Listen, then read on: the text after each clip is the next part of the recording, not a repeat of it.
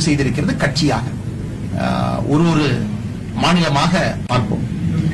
மத்திய பிரதேசத்தை பொறுத்த வரைக்கும் 166 எம்எல்ஏக்களோடு நாம் வென்றிருக்கின்றோம். 230 பேர் இருக்கக்கூடிய சட்டப்பேரவை. 2003 தொடர்ந்து பாரதிய ஜனதா கட்சி ஆட்சியில் இருக்கு. இடையில 15 மாத காலம் மட்டும் காங்கிரஸ் ஆட்சியில் இருந்தாங்க. குறிப்பாக எல்லா கருத்து கணிப்புகளுமே இந்த முறை மறுபடியும் பாரதிய ஜனதா கட்சி ஆட்சிக்கு வருவதற்கான வாய்ப்பு இல்லை என்று இருந்த பொழுது அதெல்லாம் உடைத்தெறிந்து வரலாறு காணாத அளவுக்கு இமாலய வெற்றி 166 எம்எல்ஏக்களோடு ஆட்சிக்கு வந்திருக்கின்றோம். சத்தீஸ்கரை பொறுத்தவரை நிறைய நண்பர்கள் மறுபடியும் காங்கிரஸ் ஆட்சியை தக்க வைக்கும் என்று சொன்னார்கள். போன்ற முறை 2018 சட்டப்பேரவை தேர்தலில் 15 எம்எல்ஏக்களோடு சத்தீஸ்கர்ல இருந்தோம். இன்னைக்கு 56 எம்எல்ஏக்களோடு 90 எம்எல்ஏக்கள் இருக்கக்கூடிய சட்டப்பேரவையில் ஆட்சி அமைக்கின்றோம். அதே போல ராஜஸ்தான்ல 199 எம்எல்ஏக்கள் இருக்கக்கூடிய சட்டப்பேரவையில் 115 எம்எல்ஏக்களோடு ஆட்சி அமைக்கின்றோம். தெலங்கானால 2018 ஒரு எம்எல்ஏ பாரதிய ஜனதா கட்சிக்கு இருந்தாங்க. இன்னைக்கு 8 எம்எல்ஏக்கள். அதே போல வாக்கு சதவீதத்தை கிட்டத்தட்ட 2 மடங்குக்கு மேல பெற்றிருக்கின்றோம். இந்த 4 தேர்தலையும் வைத்து பார்க்கும் பொழுது 2024 பாராளுமன்ற தேர்தல் எப்படி இருக்கும் என்கின்ற ஒரு கிளியர் பிக்சர், ஒரு நல்ல ஒரு செய்தி நமக்கு கிடைக்கிறது. குறிப்பாக மத்திய பிரதேசத்தை பொறுத்த வரைக்கும் கடந்த 20 ஆண்டுகள்ல 19 ஆண்டுகள் நாம் ஆட்சியில் இருந்தும் மறுபடியும் ஒரு பெரிய மெஜாரிட்டியோடு 166 எம்எல்ஏக்களோடு மறுபடியும் 5 ஆண்டு காலம் இந்த மக்கள் நம்முடைய கட்சிக்கு ஆட்சி பொறுப்பை வழங்கியிருக்கின்றார். மிச்ச 2 இடத்துல பாரதிய ஜனதா கட்சி ஆட்சியில் இல்லாம எதிர்கட்சியா இருந்தோம். ராஜஸ்தான்ல காங்கிரஸ் ஆளும் கட்சியா இருந்தாங்க, சத்தீஸ்கர்ல காங்கிரஸ் ஆளும் கட்சியா இருந்தாங்க. அந்த 2 இடமும் கூட பாரதிய ஜனதா கட்சிக்கு வந்திருக்கிறது. குறிப்பாக இந்த தேர்தல் மிக முக்கியமான தேர்தல். காரணம், இந்தி கூட்டணி அமைந்த பிறகு நடைபெறுகின்ற 5 முக்கியமான தேர்தல்கள். அதுவும் குறிப்பாக இந்த தேர்தலில் பல முக்கியமான பிரச்சனைகளை காங்கிரஸ் கட்சி மக்கள் முன்னாடி வச்சாங்க. குறிப்பாக ஓபிசி சமுதாயத்திற்கு வந்து ரெப்ரசன்டேஷன் இல்ல, அது நம்முடைய மத்திய அரசின் மீது குற்றச்சாட்டு வச்சாங்க. காஸ்ட் சென்சஸ்ல இருந்து நிறைய விஷயங்கள் பெரிய ஒரு டிஸ்கஷன் பாயிண்டா மக்கள்கிட்ட வைக்கப்பட்டது. அதையெல்லாம் தாண்டி காங்கிரஸினுடைய ஃப்ரீபி பாலிடிக்ஸ், எந்த அளவுக்கு இலவசங்களை மக்கள் ஏற்றுக்கொள்கின்றார்கள், அனைத்துமே இந்த தேர்தலில் வந்து ஒரு பரீட்சையாக பார்க்கப்பட்டது. அதையெல்லாம் தாண்டி இந்த இன்னைக்கு நடந்த இந்த வாக்குப்பதிவுல, வாக்கு எண்ணிக்கையில எந்த அளவுக்கு நம்முடைய நரேந்திர மோடி அவர்களுடைய இமேஜ், அவர்கள் மீது வைத்திருக்கக்கூடிய நம்பிக்கை, குறிப்பாக மோடி கேரண்டி, எல்லா மாநிலத்திலும் நம்முடைய பாரத பிரதமர் நரேந்திர மோடி அவர்கள் மோடி கேரண்டி அப்படிங்கிற வார்த்தையை பயன்படுத்தினாங்க. இது மோடி ஆகிய நான் இந்த கேரண்டியை கொடுக்கிறேன் அப்படின்னு. அதுவும் குறிப்பாக உங்களுக்கு தெரியும், நம்முடைய முதலமைச்சர் வேட்பாளர் இல்லாம, முதலமைச்சருடைய முகம் இல்லாம ராஜஸ்தான், சத்தீஸ்கர், மத்திய பிரதேசம், தெலங்கானா எல்லா மாநிலத்திலும் முதலமைச்சரை முன்னிலைப்படுத்தாம கட்சியை முன்னிலைப்படுத்தி பாரத பிரதமர் அவருடைய மோடி கேரண்டி என்கின்ற வார்த்தையை முன்னிலைப்படுத்தி தான் அந்த எலெக்ஷன் நடந்துச்சு.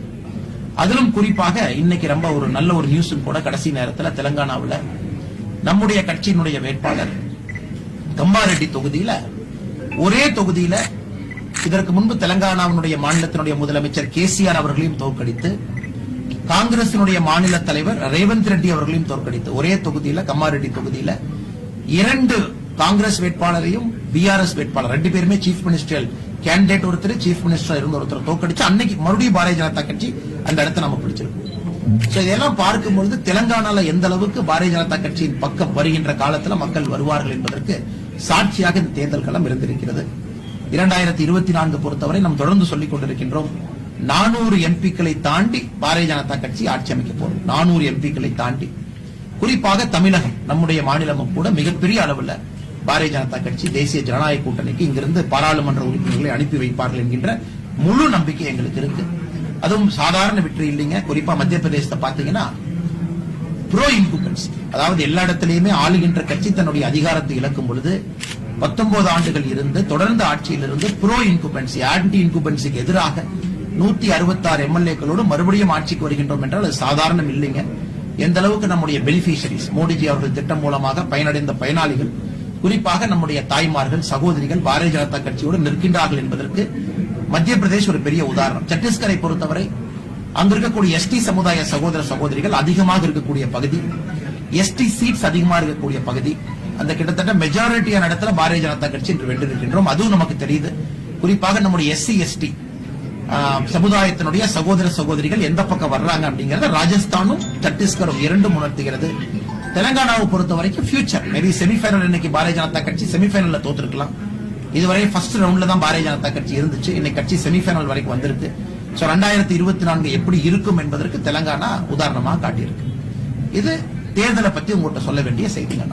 இரண்டாவது, நேற்று மதுரையினுடைய என்போர்ஸ்மெண்ட் டைரக்டரேட் அலுவலகத்தில் நம்முடைய டிவிஎஸ்சி அதிகாரிகள் அங்க வந்து ரைடு பண்ணிருக்காங்க. இன்னைக்கு மதுரை என்போர்ஸ்மெண்ட் டைரக்டரேட்டினுடைய அதிகாரி ஒருவர் தமிழகத்தினுடைய டிஜிபிக்கு ஒரு புகார் மனு அளிச்சிருக்காங்க. குறிப்பாக டிவிஎஸ்சியிலிருந்து டிவிஎஸ்சி என்று சொல்லி உள்ளே வந்த அந்த பிளைன் க்ளோத்ஸ் அதிகாரிகள் 35 பேர் உள்ள வந்தாங்க. கிட்டத்தட்ட இரவு முழுவதுமே ரைடு நடத்தினாங்க. இந்த அங்கித் திவாரி என்று சொல்லப்படுகின்ற யார் அரெஸ்ட் பண்ணாங்களோ அவரை தாண்டி வேற வேற கேஸ்ல இருக்கக்கூடிய கேஸ் ஃபைலை எடுத்தாங்க. அதை அங்கித் திவாரியினுடைய அலுவலகத்துக்குள்ள கொண்டு போனாங்க. அந்த கேஸ் ஃபைல் எல்லாம் அலுவலகத்தை பூட்டிட்டு சீக்கிரட்டா நிறைய பேர்த்திட்ட போன் பண்ணி டிஸ்கஷன் ஷேர் பண்ணாங்க. நிறைய டிஸ்கஷன் எல்லாம் பண்ணாங்க அப்படிங்கிறது அவர் கொடுத்திருக்கக்கூடிய கம்ப்ளைண்டினுடைய சாரம்சம். இது பாரதிய ஜனதா கட்சியை பொறுத்தவரை தமிழகத்தினுடைய டிஜிபி மிக கம்பீரமாக மிக வலிமையாக இந்த புகாரை எடுத்துக்கணும். காரணம், அது என்போர்ஸ்மெண்ட் டைரக்டரேட் அதிகாரி தன்னுடைய புகார் மனுல சொல்லியிருக்கிறாங்க. அவர் வந்திருக்கக்கூடிய 35 பேர் வந்தாலும் நாங்க எல்லாத்தையும் கேட்டோம், உங்களை ஐடென்டிஃபை பண்ணிக்க அப்படின்னு. அதில் ஒரே ஒருவர் மட்டும்தான் தான் யார் என்று ஐடி கார்டை காமிச்சாங்க. மிச்சவங்க எல்லாமே பிளெயின் க்ளோத்ஸ்ல யூனிஃபார்ம் இல்லாம வந்தவங்க. 35 பேரும் ஆபீஸ்க்குள்ள இருந்தாங்க. குறிப்பாக எல்லா சம்பந்தப்பட்ட சென்சிட்டிவ் ஃபைல்ஸ், இந்த ஸ்டேட்ல முக்கியமான நபர்கள், பவர்ல இருக்கக்கூடிய நபர்கள், அவர்கள் சம்பந்தப்பட்ட டீடைல்ஸ் எல்லாமே எடுத்து பார்த்தாங்க, யாரு பேச்சையும் கேட்காம. குறிப்பாக இந்த பஞ்சநாமா ஒரு சர்ச் எல்லாம் முடிந்த பிறகு சர்ச்சில் என்ன பண்ணணும் அப்படிங்கறத டாக்குமெண்ட் பண்ணக்கூடிய பஞ்சநாமா அப்படிங்கிற அந்த டாக்குமெண்ட்ல 4 பேர் மட்டும்தான் கையெழுத்து போட்டாங்க. 35 பேர்த்துல 4 பேர் மட்டும்தான் தன்னுடைய பெயரையும் தான் யார் என்பதையும் ஊர்ஜிதம் செய்து கையெழுத்து போட்டாங்க. மிச்சம் 31 பேர் கையெழுத்து போல். அப்படி இருக்குன்னா உள்ள வந்தவங்க யார்? ஆளுங்கட்சிக்காரங்களா, திமுக ஆட்களா, இல்ல லோக்கல் அமைச்சர்களுடைய பிஏல இருந்து எல்லாம் உள்ள போந்தாங்களா டிவிஎஸ்சி என்கின்ற பேர்ல? இதை அனைத்தையும் பார்க்க வேண்டிய கட்டாயம் இருக்கும். அப்கோர்ஸ் ஈடியை பொறுத்த வரைக்கும் சிசிடிவி ஃபுட்டேஜ் கொடுக்கத்தான் போறாங்க. எல்லா அலுவலகத்திலும் இன்னைக்கு இருக்க போது 35 பேர் வந்த நம்பர்ஸை கவுண்ட் பண்ணத்தான் போறாங்க. சோ இல்லீகலாக இடி அலுவலகத்துக்குள்ள 35 பேர் நுழைஞ்சு தன்னை யார் என்று அறிமுகப்படுத்தாம வெறும் 4 நபர்கள் மட்டும் அந்த பஞ்சநாமால கையெழுத்து போட்டிருக்காங்கன்னா, மிச்சம் இருக்கிறவங்க எல்லாருக்கு மேலேயும் trespass, criminal trespass complaint register பண்ணணும் அப்படின்னு இடி வந்து ஒரு கம்ப்ளைண்ட் கொடுத்திருக்காங்க. அதை தமிழக போலீஸ் வந்து குறிப்பாக டிஜிபி அவர்கள் அதை வந்து ரொம்ப ஆழமா அந்த கம்ப்ளைண்ட் எடுத்து இதை ஊர்ஜிதம் பண்ணி, குறிப்பா யாரெல்லாம் வந்தாங்க, அரசியல் பிரமுகர்களுடைய பிஏக்கள், கட்சி சம்பந்தப்பட்ட ஆட்கள்ல யாரு போனாங்க, இல்லீகலா யாரு போனாங்க அப்படிங்கிற sanctity of central government office, ஒரு மாநிலத்தில் இருக்கக்கூடிய சென்ட்ரல் கவர்மெண்ட் ஆபீஸினுடைய சாங்டிட்டி, இது ரொம்ப முக்கியம். இது வந்து ஒரு மாநில காவல்துறையினுடைய தலையாய கடமை. குறிப்பா கவர்மெண்ட் ஆபீஸை செக்யூர் பண்ண வேண்டியது அவங்களுடைய நம்பர் 1 வேலை. குறிப்பா உள்ள இருக்கக்கூடிய ப்ராப்பர்ட்டி, அதிலும் இடி அந்த அதிகாரி தன்னுடைய கம்ப்ளைண்ட்ல தெரிவிச்சிருக்கிறாங்க. மிக முக்கியமான கேஸ் ஃபைல், ரொம்ப சென்சிட்டிவான கேஸ் ஃபைல்ஸ் எல்லாம் இருக்கு. நிறைய இன்ஃபார்மர்ஸ்னுடைய பேரெல்லாம் அது இருக்கு. அது எல்லாம் அவங்க காப்பி பண்ணிட்டு போறதுக்கான வாய்ப்புகள் இருக்கு. ஏன்னா எங்களை வெளியே வச்சுட்டு ரூமை பூட்டிட்டு அந்த கேஸ் ஃபைல்ஸ் எடுத்து பார்க்கறாங்க. இதை டிஜிபி அவர்கள் விளக்கமாக பத்திரிகை நண்பர்களுக்கு, தமிழக மக்களுக்கும் அறிக்கையாக சொல்லணும், என்ன நடவடிக்கை எடுத்திருக்காங்க அப்படின்னு. இந்த 2 விஷயத்தை பத்திரிகை நண்பர்கள்ட்ட சொல்லணும் அப்படின்னு. இதை தாண்டி உங்களுக்கு கேள்வி இருந்தா கேளுங்க. இப்போ 4 மாநில தேர்தல் முடிவுகள்ல வெற்றிங்கிறது ஒரு பக்கம் இருக்கும்போது வாக்கு சதவீதம்ங்கிறது வந்து ஏறத்தாழ 8% இந்த மாதிரியான வித்தியாசங்கள் தான் வருது. காங்கிரசினுடைய வாக்கு சதவீதமும் பிஜேபியினுடைய வாக்கு சதவீதமும் ஏறத்தாழ நெருங்கின ஒரு இதுலதான் இருக்கு. இல்லைங்கண்ணா, இல்ல நான் உங்களுக்கு படிக்கிறேன். என் செல்போன் கொடுங்க ராஜா, என் செல்போன் கொடுங்க. சத்தீஸ்கர்ல வந்து காங்கிரஸ் எந்த அளவுக்கு வந்து காங்கிரஸ் தன்னுடைய வாக்கு வங்கியை இழந்திருக்கிறார்கள் நீங்க பாத்தீங்கன்னா தெரியும். மத்திய பிரதேசம் உங்களுக்கு தெரியும், போன முறை 109 இருந்து 166 எந்த அளவுக்கு வந்து வாக்கு பிஜேபி எடுத்திருக்கு. பாத்தீங்கன்னா எல்லா இடத்துலயுமே 6-7% டிஃபரன்ஸோட தான் ஜெயிச்சிருக்காங்க. எங்கேயுமே வந்து க்ளோஸ் மார்ஜின் எதுவுமே கிடையாது. ஏன்னா உங்களுக்கு க்ளோஸ் மார்ஜின்ல ஜெயிக்க வாய்ப்பு இல்லை. நீங்க எந்த டேட்டா பாத்தீங்கன்னு தெரியல. சோ அதிகமான மார்ஜின்ல பாரதிய ஜனதா கட்சி வென்றிருக்கின்றோம். இல்லாட்டி உங்களுக்கு 166, 62 எப்படி வரும் மத்திய பிரதேசல? ராஜஸ்தான்ல 114, 72 எப்படி வரும்? அல்ல சத்தீஸ்கர்ல 56, 30 சில்லறை எப்படிங்க வரும்? வரக்கு வாய்ப்பே இல்லை. சோ பெரிய மார்ஜின்ல, டெசிசிவ் மார்ஜின்ல, ரொம்ப கம்ஃபர்டபுளான மார்ஜின்ல. இன்ஃபேக்ட் தெலங்கானா பாத்தீங்கன்னா மேபி டேட்டா வந்ததுக்கு அப்புறம் நீங்க பார்க்கலாம், பாரதிய ஜனதா கட்சி 8 இடத்துல ஜெயிச்சிருந்தாலும் கூட எத்தனையோ இடங்கள்ல காங்கிரசுக்கும் பிஆர்எஸ்க்கும் யார் வெற்றி பெறுவாங்க அப்படிங்கறத பாரதிய ஜனதா கட்சி தீர்மானிச்சிருக்கு. ஒரு வளரும் கட்சியா எப்பொழுதுமே ஸ்டேஜ் 1 வந்து மும்முனை போட்டி இருக்கும்போது இது நடக்கும். சோ தெலங்கானால பாத்தீங்கன்னா எத்தனையோ இடத்துல ஓட்டு மார்ஜின் அதை வந்து பாரதிய ஜனதா கட்சி தீர்மானித்திருக்கு. இது காங்கிரஸுக்கு போகுதா, அது பிஆர்எஸ்க்கு போகுதான்னு. நிறைய இடத்துல பாரதிய ஜனதா கட்சி 2வது வந்திருக்காங்க. 8 இடத்துல அப்கோர்ஸ் முதல்ல வந்திருக்காங்க. ஒரு இடத்துல அந்த கம்மாரெட்டி தொகுதியில் நாம் பேசியது போல 2 முக்கியமான மனிதர்களையும் தோக்கடிச்சிருக்காங்க. ஒரு இடத்துல பாத்தீங்கன்னா கேசிஆர் தோக்கடிச்சிருக்காங்க. இன்னொரு இடத்துல பாத்தீங்கன்னா நம்முடைய ரேவந்த் ரெட்டியை தோக்கடிச்சிருக்காங்க. சோ வாக்கு சதவீதம் நீங்க செக் பண்ணி பார்க்கலாம், பெரிய மார்ஜின். அதாவது மக்கள் டிசிசிவா இது ஒரு லோக்சபா தேர்தலை போலவே பார்த்திருக்காங்க. ஏன்னா காங்கிரஸ் இந்த லோக்சபா தேர்தலா மாத்தினாங்க. காங்கிரஸ் பிரச்சாரம் முழுவதுமே லோக்சபா தேர்தலுக்கு ஒரு செமிஃபைனல் மாதிரி தான் வச்சாங்க. சோ மக்களும் இதை லோக்சபா தேர்தலா பார்த்து வாக்களிச்சிருக்கிறாங்க. அதனால 2024 பாராளுமன்ற தேர்தலை பொறுத்தவரை 400 எம்பிக்களை தாண்டி பாரதிய ஜனதா கட்சி ஆட்சி அமைக்க போறத இன்னைக்கு இந்திய மக்கள் உறுதி செய்திருக்கிறாங்க.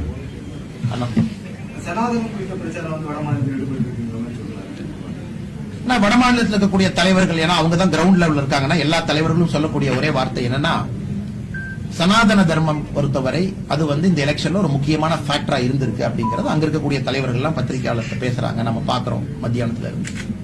அதுவும் குறிப்பாக இவங்க உதயநிதி ஸ்டாலின் அவர்களை பொறுத்தவரை சனாதன தர்மம் வந்து எங்களுக்கு ஆட்சியே போனாலும் பரவாயில்ல, சனாதன தர்மம் தான் முக்கியம், அதாவது நான் ஒழிப்பதுதான் முக்கியம் அப்படின்னு பேச ஆரம்பிச்சாங்க.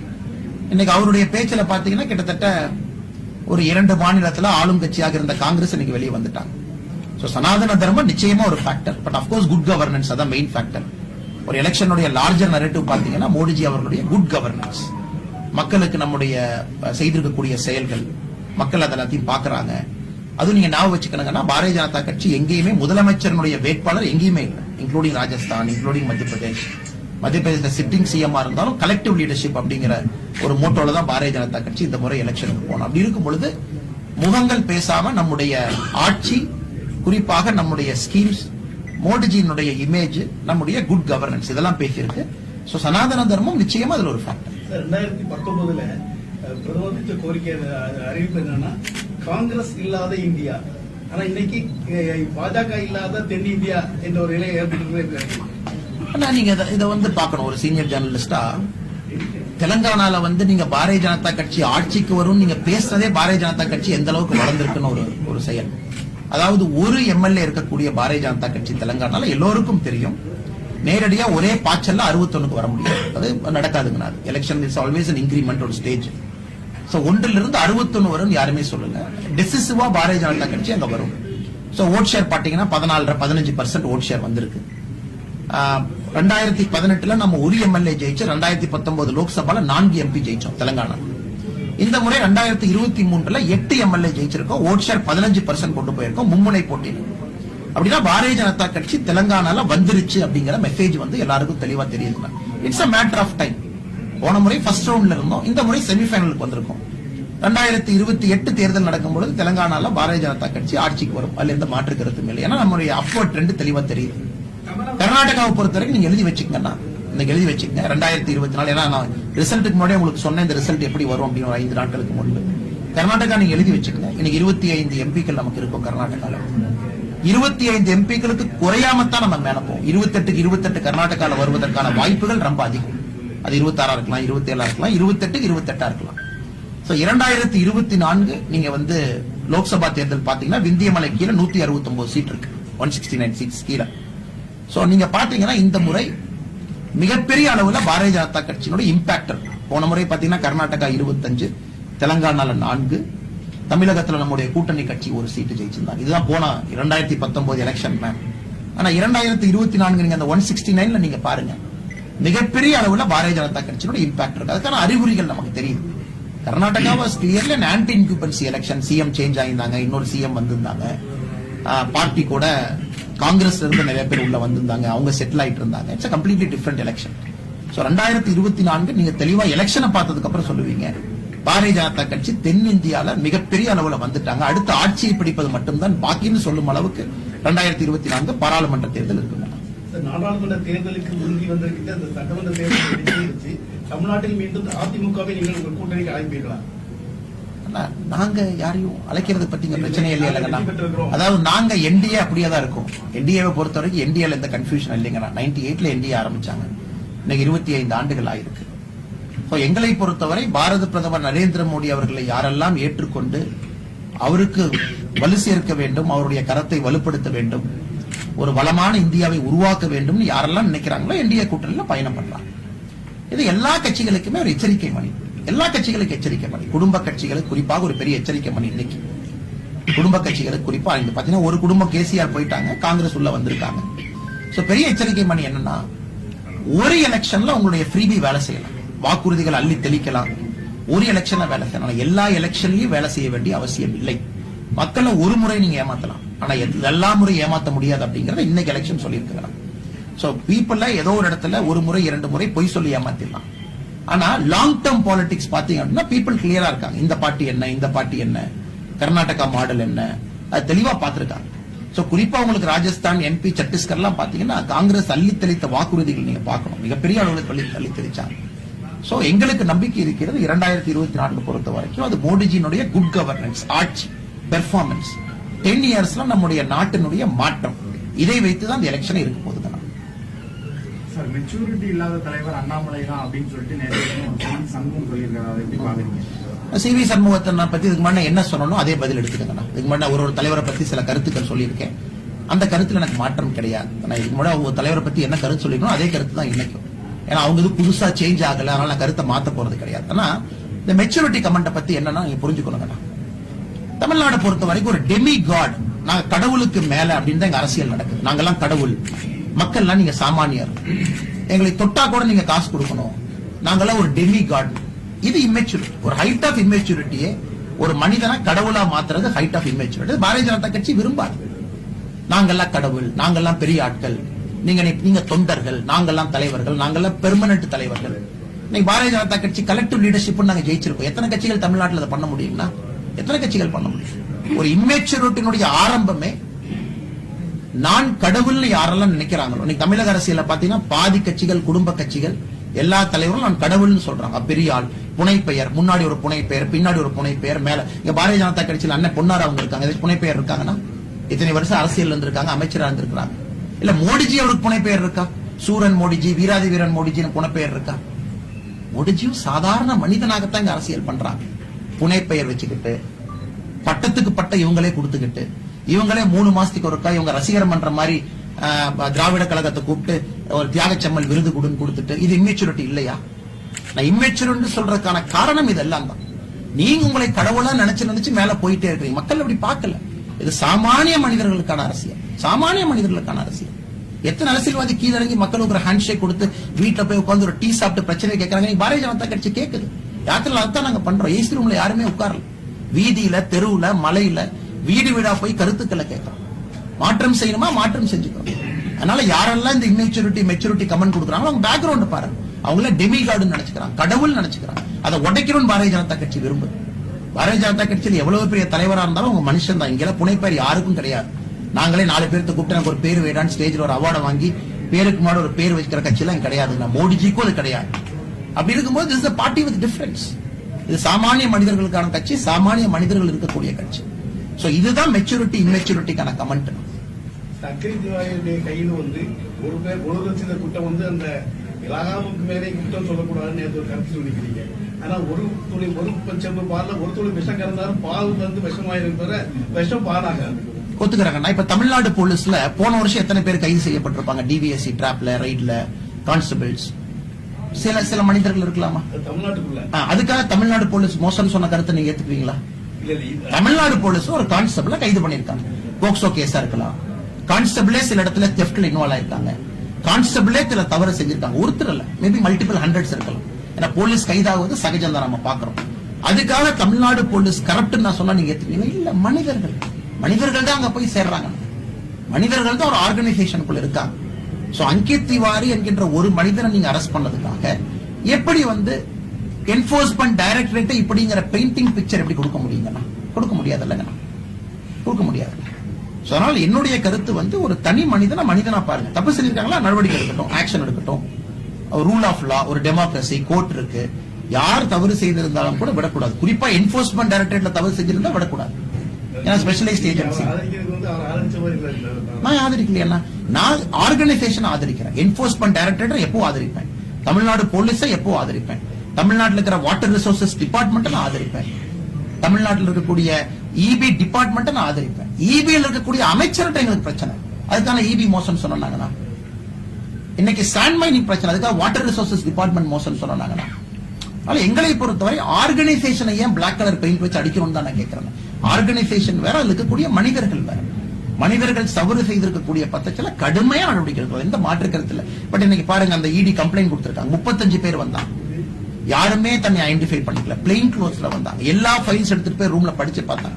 சோ அப்ப உங்க நோக்கம் என்னவா நமக்கு தெரியுது. நான் மேல் நோட்ட இடியினுடைய கம்ப்ளைண்ட் வச்சு பார்க்கும் பொழுது அடுத்து யார் நம்மளை பத்தி கம்ப்ளைண்ட் கொடுத்திருப்பா, பெரிய பெரிய தலைகள் ஃபைல் உள்ள என்ன இருக்கு, எப்படி அந்த கேஸ பில்ட் பண்ணிருக்காங்க, அந்த கேஸினுடைய என்ன எவிடன்ஸ் அந்த கேஸ் ஃபைல்ல வச்சிருக்காங்க. ஏன்னா அந்த இடி கம்ப்ளைண்ட்ல இருக்கும் பாத்தீங்கன்னா முழு நைட் சோதனை நடந்தது. மத்தியானம் ஆரம்பிச்ச சோதனை அடுத்த நாள் 7:15 மணி வரைக்கும் நடந்திருக்கு. ஃபுல் நைட், கிட்டத்தட்ட உங்களுக்கு 12 ஹவர்ஸ்க்கு மேல. அப்படி இருக்கும்போது எல்லா ஃபைலும் நீங்க பாத்துறீங்கல்ல, எல்லா ஃபைல் சாண்ட் மைனிங் ஃபைல் உங்களுக்கு தெரியுமல்ல, யார் இன்ஃபார்மர்னு தெரியுமல்ல. இன்ஃபார்மர் நாளைக்கு ஏதாச்சும் ஆச்சுன்னா நமக்கு தெரியாது, யாரோ ஆக்சிடென்ட்ல செத்து போகலாம், லாரி வச்சு அடிப்பாங்க, நீங்கள் தான் என்ன நினைச்சுக்குவோம், ஆக்சிடென்ட் ஆயிடுச்சு, அது கொலை. எதுக்கு சொல்றாங்கன்னா இவ்வளவு விஷயங்கள் நடக்கிறதுக்கான வாய்ப்புகள் இருக்குன்னு நான் சொல்றேன். அதனாலதான் உள்ள போகும்போது ஐடென்டிஃபை பண்ணிட்டு போகணும். நாளைக்கு ஒரு பிரச்சனை யாரு வந்தாங்க யாரு போனாங்கன்னு தெரியும். ஒரு சர்ச்சினுடைய அடிப்படை நோக்கமே வாரண்ட், என் பேர் இதுங்க, இதான் ஐடி கார்டுங்க, so that everybody is accounted. 35 பேர் போயிட்டு 4 பேர் மட்டும் கையெழுத்து போட்டு பேரை சொல்லிருக்காங்கன்னா அந்த 31 பேர் யாருங்கன்னா அந்த பிளெயின் க்ளோத்ஸ்ல போனவங்க யாரு? சோ இடி கேட்கக்கூடிய அந்த கோரிக்கையில அந்த கம்ப்ளைண்ட்ல நியாயம் இருக்கத்தானே செய்யுதுங்கப்பா. தெலுங்கானா டிஜிபி 119 தொகுதிகள் முடிச்சிருக்கோம். இன்னும் உங்களுக்கு தெரியும் 115 தொகுதிகள் கவர் பண்ணணும். சோ 6ஆம் தேதி 5 நாட்கள் இந்த கனமழை காரணமா ஒத்தி வச்சிருக்கோம். தேர்தல் விதிமுறைகளை மீறியதாட்டு தெலுங்கானா டிஜிபி அஞ்சனகுமார இது சரியான நடவடிக்கை தானுங்க. நான் எலெக்ஷன் கமிஷன் ஒரு அரை மணி நேரத்துக்கு முன்னாடி சஸ்பெண்ட் பண்ணிருக்காங்க. அதாவது ஒரு மாநிலத்தினுடைய டிஜிபியா இருக்கீங்க, அந்த மாநிலத்தினுடைய எக்ஸ்பெண்டிச்சர் அப்சர்வர் இருக்காங்க, அந்த மாநிலத்தினுடைய எலெக்ஷன் ஆபீசர் 3 பேரும் ரேவந்த் ரெட்டி அவர்கள் வீட்டுக்கு போய் பூங்கத்து கொடுக்க வேண்டிய அவசியம் என்ன? இன்னைக்கு முதலமைச்சர் யார்? இன்னைக்கு கேசிஆர். முதலமைச்சர் பொசிஷன் தாங்க, பதவி ஏற்கிற வரைக்கும் மேபி கேர்டேக்கர் சிஎம்மா இருக்காரு, இவங்க பதவி ஏற்கிற வரைக்கும். இன்னைக்கு ஒரு எலெக்ஷன் ப்ராசஸ் இருக்கிறவங்க இன்னும் ஃபுல் கவுண்டிங்கே முடியல, நம்ம பேச பாத்தீங்கன்னா டேலி ஆயிட்டு இருக்கு. தெலுங்கானால இருக்கக்கூடிய 119க்கு டிக்ளேர் பண்ண. அப்படி இருக்கும்பொழுது ஒரு மாநிலத்தினுடைய டிஜிபியே போய் அடுத்து இவர்தான் சிஎம் ஆகலான்னு வீட்டுக்கு போய் ஒரு பூங்கத்து கொடுத்திருக்காங்க. எலெக்ஷன் கமிஷன் உடனே சஸ்பெண்ட் பண்ணிட்டாங்க. இது வரவேற்க வேண்டிய விஷயம். ஏன்னா எல்லா அதிகாரிகளும் இதன் மூலமா நியூட்ரலா இருக்கணும் அப்படிங்கிற பெரிய மெசேஜ் எலெக்ஷன் கமிஷன் கொடுக்கறாங்க. தமிழ்நாட்டில் நடந்துச்சு, இந்த வியாதி வெளிநாட்டுக்கு போயிருக்கு. நான் கர்நாடகால பணி செஞ்சிருக்கேன் 9 வருஷம், நான் கர்நாடகால பார்த்ததே கிடையாது. இது ஒரு வியாதி. உடனே உடனே அதிகாரிகள் போய் லைன்ல நின்று பொக்கே வச்சுக்கிட்டு போனாவே நமக்கு தெரியும் இந்த அதிகாரி இந்த கட்சி, இந்த அதிகாரி இந்த கட்சி. இந்த வியாதி இப்ப பக்கத்து ஸ்டேட்டுக்கு போகுது. ஒரு bureaucracy is suppose to be நியூட்ரலா இருக்கும். சிஎம்ஆ அந்த பதவிக்கு மரியாதை கொடுக்கலாம். வர்றதுக்கு முன்னாடியே வீட்டுக்கு போய் கியூல நின்று சில அதிகாரிகள், அங்க ஐபிஎஸ் அதிகாரிகள் கிராஸ் பெல்ட் போட்டு கால் விழுந்து ஆசீர்வாதம் வாங்குறதெல்லாம் நான் பார்த்திருக்கேன். அப்படி இருக்கும்பொழுது ஒரு சாமானிய மனிதனுக்கு ஒரு பியூரோக்ரசி மேல என்ன, நான் சொல்றது கான்ட்ரோவர்ஷியலா இருந்தாலும் அது என்ன உண்மை, இது ட்ரூத், இதான் ட்ரூத். இது மத்த ஸ்டேட்டுக்கு போக ஆரம்பிச்சிருச்சு. சிஎம் பதவி ஏத்துட்டாரா, ஆபீஸ் வந்துட்டாரா, சேம்பர்ல உட்கார்ந்துட்டாரா, நீங்க போய் பாக்குறது வேற, அது ப்ரொஃபஷனல். ஏன்னா சிஎம் கீழே வேலை பாக்குறீங்க, இவர ஐஏஎஸ் ஐபிஎஸ் ஆபீசர், பதவியே இருக்குல்ல, ரிசல்ட் வந்துடுச்சு. கட்சிக்காரங்க பட்டாசு வெடிக்கிறதுக்கு முன்னாடி அதிகாரிகள் போய் பட்டாசு வெடிச்சா அது என்ன? ஒரு சாமானிய மனிதனுக்கு எப்படின்னா ஒரு சட்டத்துறையின் மீது, ஒரு ஐஏஎஸ் அதிகாரியின் மீது, ஐபிஎஸ் அதிகாரி மீது நம்பிக்கை வரும்? தமிழக சபாநாயகர் அப்பா இவங்க அமலாக்கத்துறை இடைத்தரகர்களும் என்னையும் விரட்டுறாங்க அப்படின்னு மாதிரி சொல்லியிருக்காரு. ஸ்பீக்கர் அப்பாவு தான் இடைத்தரகர் போல பிஹேவ் பண்ணிட்டு இருக்காரு. அவர் ஸ்பீக்கர் மாதிரி பிஹேவ் பண்ணல. தமிழ்நாட்டினுடைய நம்பர் 1 இடைத்தரகர் யாருன்னா அப்பாவு அவர்கள் தான்.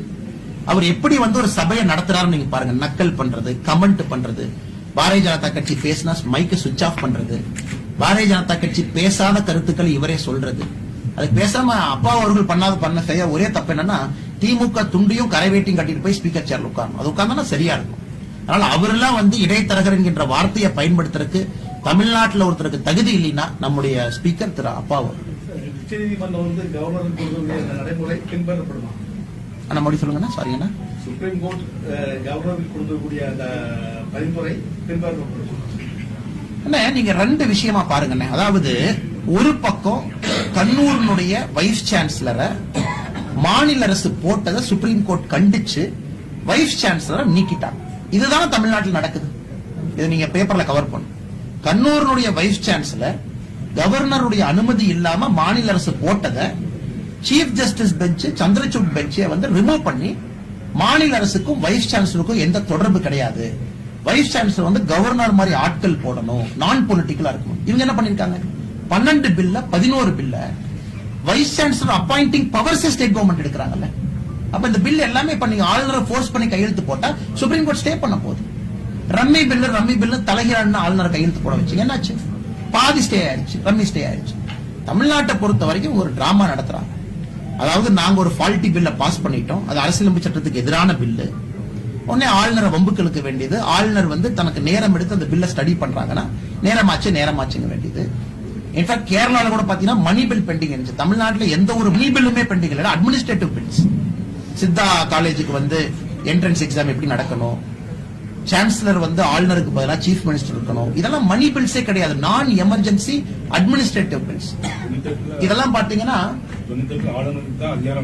அடுத்து இப்ப என்ன சொல்ற மாதிரி அடுத்து பாத்தீங்கன்னா இதே திமுக அன்பழகன் ஐயா உயர்கல்வித்துறை அமைச்சரா இருக்கும்போது சட்டப்பேரவையில் அவரே பேசுறாங்க, இந்த மாதிரி அதிமுக அம்மையார் ஜெயலலிதா அவர்கள் ஆளுநருக்கான அதிகாரத்தை மாநில அரசு எடுக்கிறாங்க, இதை வன்மையா கண்டிக்கிறோம், அதனால அந்த சட்டத்தை திரும்ப நாங்க பெறோம், சட்டத்தை திரும்ப பெற்றாங்க. அப்ப அன்பழகன் ஐயா வந்து சொன்னது புரியா? இப்ப தமிழ்நாட்டுல பல ஹிஸ்டரி பேசினா கோச்சுக்கிறீங்க, இவங்க இந்த காலத்துல பேசினாங்க அந்த காலத்துல பேசினாங்கன்னா அது நிறைய பேர் கோச்சுக்கிறீங்க. அன்பழகன் ஐயா சட்டப்பேரவையில 96ல 98ல ஆளுநர் வந்து அதிகாரத்தை முதலமைச்சர் எடுத்துக்கிட்டாங்க, இது வந்து அரசியல்வாதிகள் வந்து எப்படி வைஸ் சான்சலரையும் ஒரு யூனிவர்சிட்டி நியமிக்கலாம்னு அன்பழகன் ஐயா பேசியிருக்காங்க. இன்னைக்கு அவங்க அப்படியே உள்ட்ட அடிச்சு சுப்ரீம் கோர்ட்ல அஃபிடவிட் போடுறாங்க. இதெல்லாம் தமிழக மக்கள் பார்த்துட்டு தானே இருக்கிறாங்க, யார் பொய் பேசுறாங்க யார் உண்மை பேசுறாங்க தெரியுமல்ல. கடைசி ஒரு கேள்வி சார், திமுக பாஜக அதிமுக உறவு இல்லைன்னு வெளியே சொல்றீங்க, ஆனா ஒரு பிரச்சனையில சட்டப்பட்டது 2 பேரும் ஒரே நாள்ல வெளியாடம் செய்றீங்க, அது வந்து உங்களுக்கு மறைமுக உறவு இருக்கிறது வந்து பல்வேறு மக்கள் மத்தியில் கருத்து அரசியல்வாதிகள் சொல்றாங்க. மக்கள் பிரச்சனைகளை பொறுத்தவரை எல்லோரும் ஒரு ஸ்டாண்ட் எடுக்கிறாங்க. பாரதிய ஜனதா கட்சி ஒரு ஸ்டாண்ட் எடுக்கிறோம், அதிமுக ஒரு ஸ்டாண்ட் எடுக்கிறோம், திமுக ஒரு ஸ்டாண்ட் எடுக்கிறோம். மக்கள் பிரச்சனையை பொறுத்தவரை ஒரு ஸ்டாண்ட் ஒரு கட்சி எடுக்கிறாங்க. Everybody has got an independent stand. இப்ப நாங்க ஒரு ஸ்டாண்ட் எடுக்கிறோம், எங்களுடைய கட்சிக்கும் தமிழக மக்களுக்கும் எது நல்லதோ அதான் எங்க ஸ்டாண்ட் எடுக்கலாம். சில நேரத்தில் எல்லா ஸ்டாண்டும் ஈக்குவலா இருக்கலாம். திமுகவை 2 பேர் எதிர்க்கலாம், திமுகவை சட்டப்பேரவையில் 4 கட்சி எதிர்க்கலாம், ஆளும் கட்சி கூட்டணியில் இருக்கிற ஒரு கட்சியும் திமுக எதிர்க்கலாம். அதுக்காக ஒரு ஆளும் கட்சியில் இருக்கிற கூடிய கட்சி திமுக எதிர்த்து பேசுது. உதாரணம் திருமாவளவன் அவங்க சொல்றாங்க தமிழ்நாட்டில் வந்து சட்டம் ஒழுங்கு சரியில்லை, சமூக நீதி காப்பாற்றப்படலைன்னா அப்ப திருமாவளவன் அவர்களும் பாஜகவும் சேர்ந்துகிட்டு அர்த்தம், அது பாயிண்ட் இல்லையா? அவர் ஸ்டாண்ட் இஸ் இண்டிபெண்டன்ட். 2024 பாராளுமன்ற தேர்தலை பொறுத்தவரைக்கும் மோடி ஐயாவுக்கான தேர்தல். இந்திய மக்கள் மோடி அவர்களுக்கு 3வது முறை ஆட்சி பொறுப்பை கொடுக்கணும் அப்படின்னு முடிவு பண்ணிட்டாங்க. 400 எம்பிக்களை தாண்டி மோடி அவர்கள் வர வேண்டும் முடிவு பண்ணிட்டாங்க. அதற்கான தேர்தலுக்கு அதுல பாரதிய ஜனதா கட்சி தெளிவாக இருக்கின்றோம். மக்கள் அவர்கள் மோடி அவர்களுக்கு வாக்களிக்க முடிவு செய்து விட்டார். சோ மோடி அவங்க யாரு? எங்க கட்சியினுடைய காரியகர்த்தா, எங்க கட்சியினுடைய பிரதிநிதி, எங்க கட்சியினுடைய பிரதமர். அதைத்தான் மக்கள்கிட்ட நான் கொண்டு போறோம். நன்றி அண்ணா.